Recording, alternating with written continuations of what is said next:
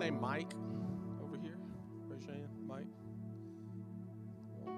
Any other mics? I was told to do a mic check when I got up here, so. Oh, okay, that's it. Well, it's my honor to welcome our guest speaker tonight, Johnny Lindner. He's going to be sharing his testimony with us. I first met Johnny, him and his awesome wife. They're such a sweet little couple. Started coming to our Sunday school class, and just when opportunity arises in our class, we are able to share and talk and whatever the Lord's leading us in. And just when Johnny and his wife share, it's always encouraging to me, and so much wisdom involved. And I just wanted to get to know Johnny's story a little bit more. And when the opportunity arose, I jumped at the opportunity to ask him if he would be willing to share his testimony. So I'm stoked that he's here tonight. So please welcome Johnny Lindner. Way to go. Love you, man. Well, hi there, everyone.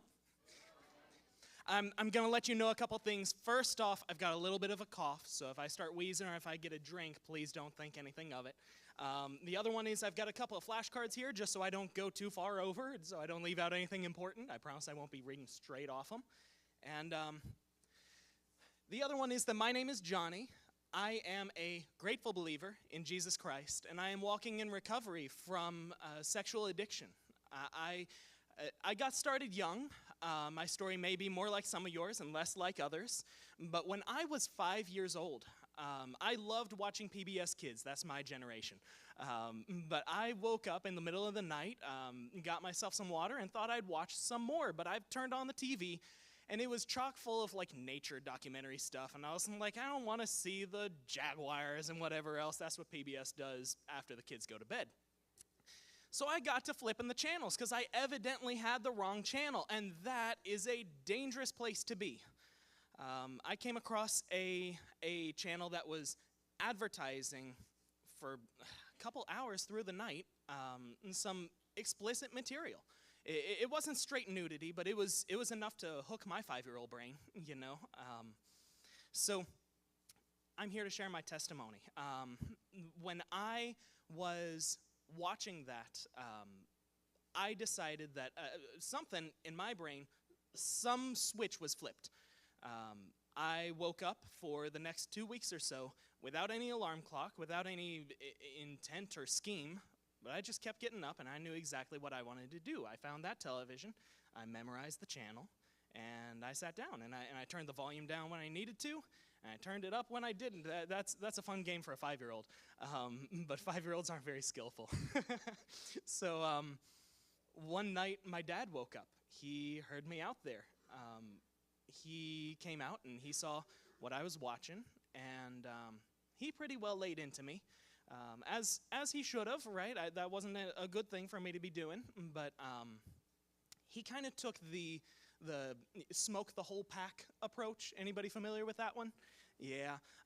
He sat down and he goes, if this is what you want to do, why don't we sit here and we'll just watch it clean to the end of the hour, whatever it was. And during that time, he cooled down a little bit, and he turned to me, he turned the thing off, and he said, Johnny, you don't know it yet, but you know how we go fishing, and those hooks, they stick in you and they don't come out?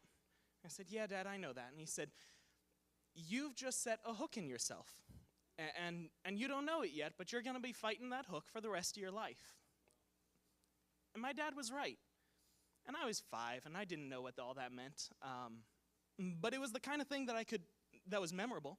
You know that because I'm, 22 years older now, and I still held on to that, right? So for nearly 2 decades continuing, I consumed erotica of increasingly explicit nature. I found books at the library. I found like anatomy books or like nature documentaries or whatever, all sorts of stuff. I say nature documentaries. It's anyway, but yeah. So I stepped it up through the years, and by 8 years old, I understood what I had done. I understood that it wasn't good, right? I didn't understand the whole repercussions, but I knew that it made God sad, and I knew that I didn't want to live a life where I had made God sad. I wanted to live in close relationship with God. I wanted to make him happy. I wanted to make things right, just like my mom and dad did. So I decided I wanted to get baptized. And from that age where I understood that what I had done was not good and it hurt God's heart, and before that point, I had always been a well-mannered boy because my parents taught me. You always say, yes, ma'am, no, ma'am. You hold the door open.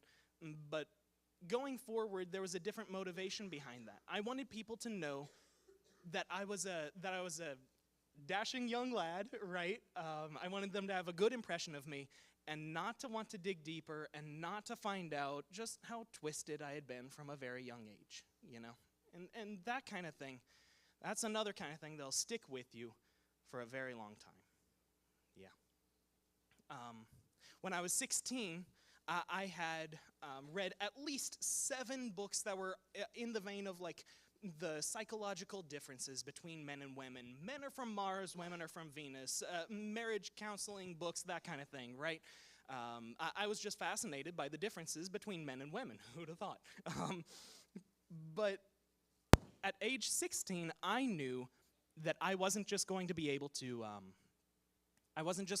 walk forward for the rest of my life like this, and that a hard point that I would hit was that I needed to fix this by the time I got married. I had read enough to know that the problems you think will go away when you get married, they just don't. Now, 16 wasn't when I recovered, but or entered recovery, but it was when I started fighting. So I tried to quit. And that went well for a couple of days, and then it didn't. And I tried to quit again. And would you know it, I came right on back. It did not matter how many times I quit, how long each one lasted, whether I eased myself off or went cold turkey, I came crawling back every time like a dog to its vomit. Anybody seen that? Yeah. It's a disgusting image, and it's a disgusting life, you know. At about this time, I started talking to my best friend. He and I were fervently pursuing the Lord, but he set something straight in my mind when I told him about my history from when I was young, about how when I was in middle school I had abused a classmate of mine. When I told him that that I had been grounded. The reason I didn't have a phone wasn't because I couldn't afford it or my parents couldn't afford it. It was because I had been grounded for 3 years because I'd gotten into stuff and nothing seemed to be working, you know. I wasn't allowed to use a computer for homework unless someone was in the room with me. You know, that lack of trust, you know, that sits with you for a very long time. That sets very deep. And you don't know it when it starts, you know. But my best friend, he listened to my story. He was kind and he was gracious, and he told me, Johnny, God, you have bought a lie from the devil that you're not good enough, that you can't be forgiven, and that's not true. Jesus forgives you. You knew that when you were 8. You've known that ever since, and you won't let him forgive you. And I got to thinking about that. It took me right well a year. It occurred to me that when I was denying the forgiveness that Christ gave me, I wasn't only just, holding myself to a higher standard. I was putting down the standard that Christ had set. I was magnifying my sin, and I was minimizing my God. There's a word for that. That's drilled into you real early as a church kid.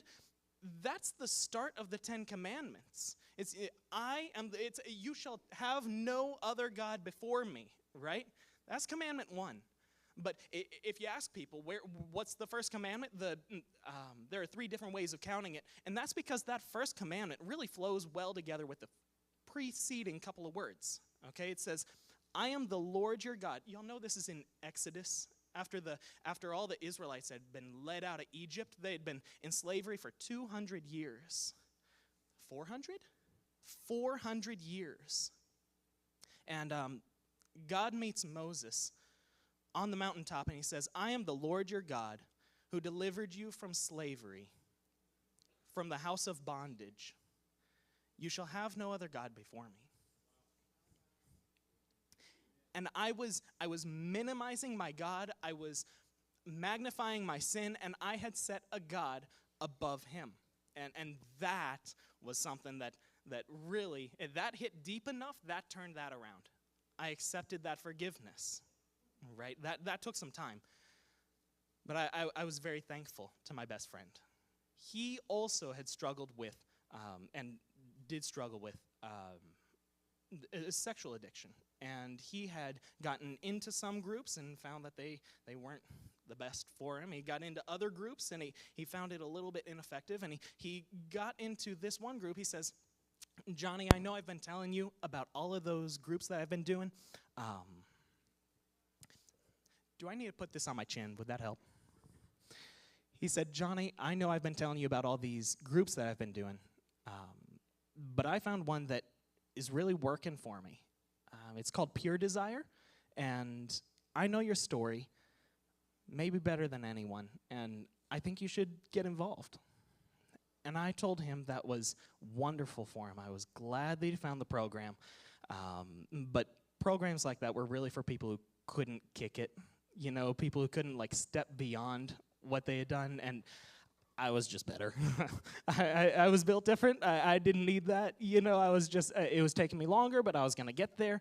And that was, I kept trying, quitting and coming back. And nothing was working. And I was going to keep that up for a nice long while. And then I learned that my parents were separating. My dad, when he sat me down and he told me, you don't know this yet, but you've set a hook in yourself that you'll be fighting for the rest of your life. He knew that very well. He had a similar story. His dad didn't have the presence of mind, didn't have the presence of God to tell him that this was a bad thing that he was doing, that he needed to quit, that he was going to be fighting it, and give him resources. And after a decades-long addiction, my mom had had enough. And I thought back to those books that I had read, and I thought forward to the life that I wanted to have, and I decided I am done starting and quitting. I'm done coming back. I'm going to make a change. So I talked to my best friend. I told him, hey, that program that you've got? He goes, yes. I said, could you get me set up with it? He said, you bet. He's got the number, he's got the card, he got me in touch with people. It was wonderful. It's a Pure Desire takes the form of like small groups, right? And so I had a really small group. I was because Pure Desire is a group that y'all aren't in right now, evidently, I'd like to tell you a little bit about it. Pure Desire, you have a small group. Mine was a group of 4. And Pure Desire really focuses on sexual sin, really focuses on the men, although they have a sister program that focuses on the women. But most of the men who are in Pure Desire were caught cheating by their wife. They had their pornography stash found. That wasn't me. It was easy to feel better, but I wasn't. I was just younger, you know. So in Pure Desire, you go through every week, you meet with these people, and you do a lot of journaling, and you do a lot of writing, because you're examining your past and you're looking at what got you here, right? You remember all those things I said that sit with you for a long time. That's easy to forget, but it sticks with you none the same. So you do a lot of writing. It took me a couple of years. Doing the same program, getting better each time, you know, seeing things each time that I hadn't seen before. And one of the things that's a most wonderful tool that I got out of that is the FASTER scale. The FASTER scale is really cool because it allows you to have a look at your life and see where you're at when you think about it in a way that you don't see it when you're in it. So I'm going to talk to you about that because it was a wonderful tool that really helped me. So the F in FASTER. Well, first off, I'm going to tell you about this from the perspective of a gluttonous baseball player. It's a funny example, but this gluttonous baseball player is standing on home base like you do every week. At the end of your meeting, you're ready to face the world. The pitch comes, you swing at it, the ball goes flying, and now it's your turn to run the bases, right? But you're a gluttonous baseball player. And so when you start off this way, the first thing you see is all the food out in the stands. It smells wonderful, people are enjoying it, and you start to forget your priorities. That's F for faster. So when you forget your priorities, you get distracted. You go by, grab a hot dog on your way around. It's okay, I'll just fit it in. I'll keep on the bases, right? But when you get off the path, you're headed to that food, or you're coming back from that food, and you're getting a little anxious because you've never made a complete run after grabbing a hot dog, right? So you start feeling anxious. That's A in faster. You start feeling anxiety because you're like, something's not right here. This is not like I've done it before. This stuff isn't going well. And so as a result of that anxiety, you start speeding up. You got to make the whole lap. And when you start speeding up, that's S in faster, by the way. There's a pattern here. You start speeding up, trying to fit it all in, and that comes true in your life too. And a lot of times that slides under the radar, especially for someone inexperienced in spotting these things. But something that really sticks out is the T, because you start getting ticked off. You can't fit all the things in.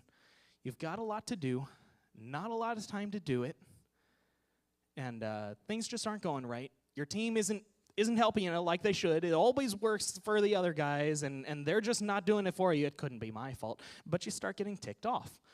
And as you're coming back around, you start feeling exhausted. That's a really dangerous place to be in the life of a recovering addict. You're in the home stretch. You're feeling exhausted. You're not going to make it in time.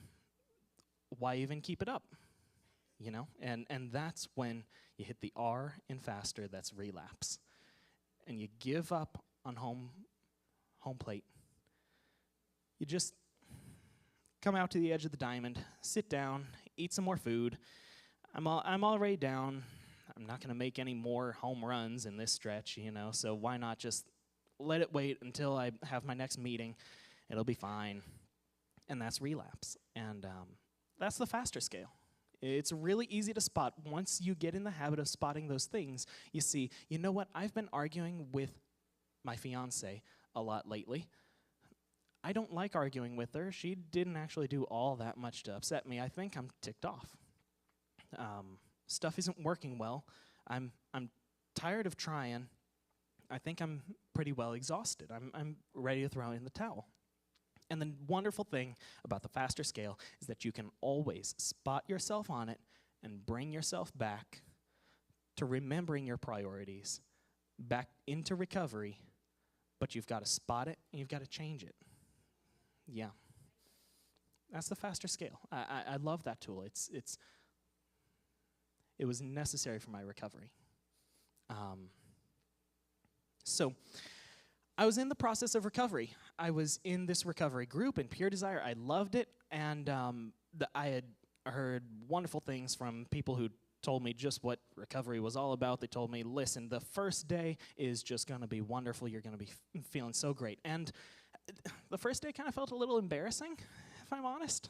You had to come forth and say it. You had to meet with a lot of guys and tell them what your problem was. And yes, they had the same problem, but that's still kind of embarrassing. But I found that first day wasn't all that I expected it to be.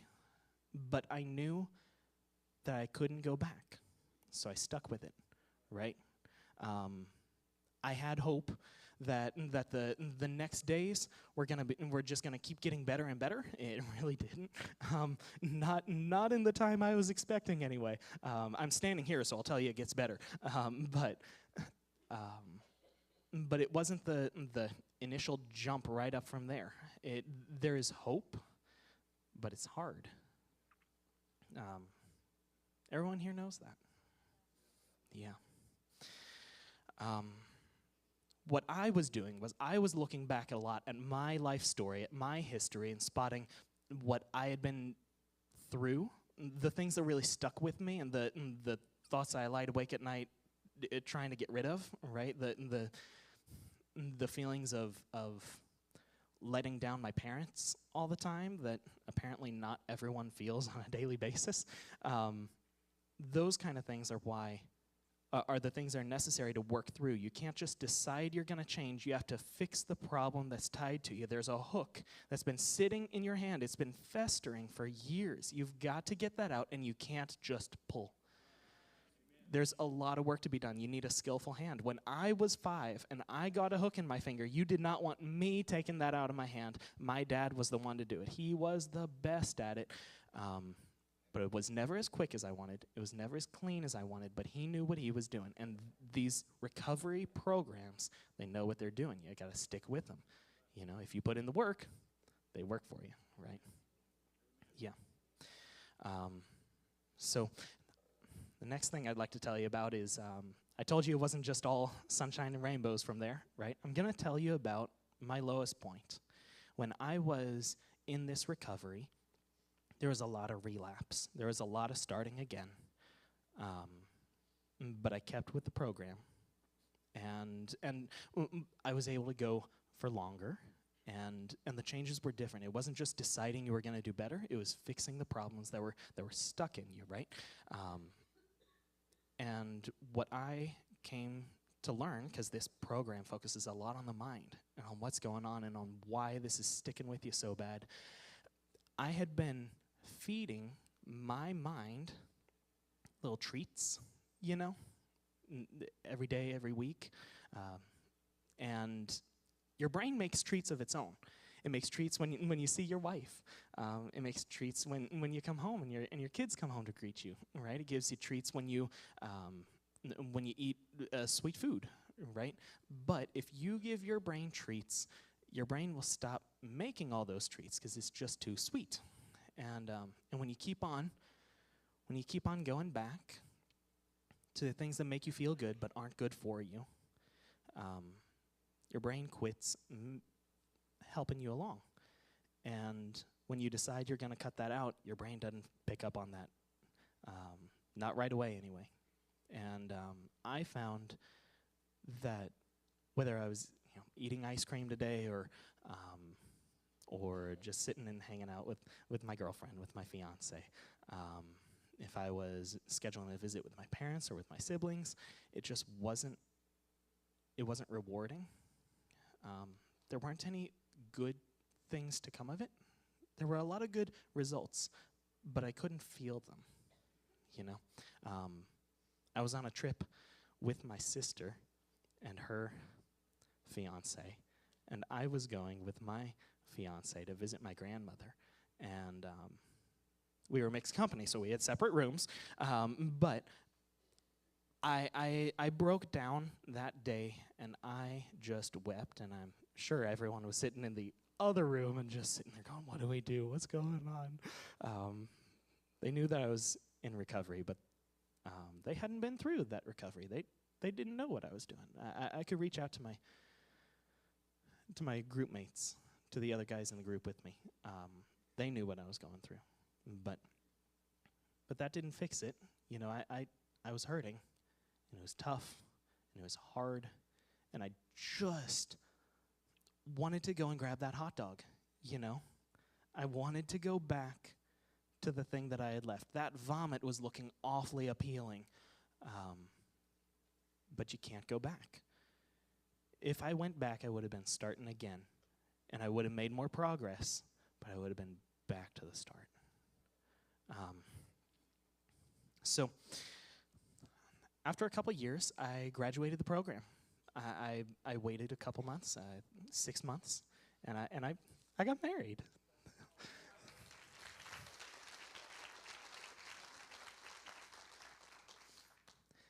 I was thrilled by that because I had made a deal with myself that I wasn't going back until I was on the road to recovery, right? And not starting, not trying until I saw recovery in my life, right? The thing about the FASTER scale is you can always slide down from recovery. You can always forget your priorities, You've got to keep your eyes on the prize. You've got to run as one to win the prize, right? And so, yeah. So I was on the road to recovery, and I'm gonna tell you now. I don't know if you can. I came from work. I'm trained to be an engineer. I met my wife in college, and one of the jobs of an engineer is to design things so that they work a certain way, right? But another job of an engineer is to spot things and to see the design in them, right? They call that reverse engineering. But I'm an engineer. And I started looking at the path from addiction to recovery. I am here to tell you that path is diabolical. It was designed, diabolical, Diablo. It was designed with a lot of bad features in it, right? The devil's got his hands all over that, right? I'll tell you some of the tricks he's got. Can I do that? Awesome. So that path, it winds around, right? If you've ever gone from one place to another place and you find yourself not going straight there, I get mad, right? I have to turn the car around, keep on going this way. I'm on a windy road. I get car sick. I think, why is this even worth it? That winding path makes you think you're getting nowhere. I hate that, but that's the way the path goes. You have to stick with it. There's only one way to go. You can't turn around. You can't go off-road. Another thing about that path, it is too long for any one person to make it to the end. I am on the road to recovery. I am walking in recovery. I am not fixed, right? Anybody who's recovered will tell you they are still a porn addict. They are still in sex. They are still an addict to sex. They are still an alcoholic, right? Because they have to keep their priorities fixed. They can't forget their priorities. You can always leave the path and you never get to the destination. It is always more walking. It is too long for any one person. Know that. You're not going to get to the end and then continue with your life. Your life is on this road now. That's something I wish I knew from the get-go. It's something I learned. And I'm glad I learned it. I'm glad I didn't leave it. I want you to know it. It's too long for anyone, but that road is too narrow for any two. I can't rely on my wife to pull me along that road when I'm tired. I can't have Pastor Jeff walk this path for me. There are people who will come alongside you and encourage you, and they're on the path too, right? But their path they're at a different place on it. They're on a different wind in it, right? That path is not yours and his. It is yours. It's too narrow for any two people. But praise be to God. God is He's the author and the finisher of our faith, right? I relied on that from the get-go, right? But more than that, the good work that God starts in you, he will see through to completion, right? These are promises that we have. He does not walk beside me on this path. It is too narrow for any two. He walks inside of me. I carry him everywhere I go on this path. There is no beside. He is in me. I could not do it on my own. It is too long for any one. It is too narrow for any two. What's the fix there? It's God. God is right there in you every step of the way, never to leave you, never to forsake you. He walks with you closer than a brother. He walks with you longer than a spouse, by the way. This ring comes with a promise. What are those last words? Till death do us part. My death does not part me and God. His death joins us. It binds us. Without him, I could not do it. I don't know what habits, what hurts, what hang-ups you came with here tonight. I just came to tell you, my name is Johnny Lindner, and I am a thankful believer in Jesus Christ, walking in recovery from sexual addiction. Thank you very much.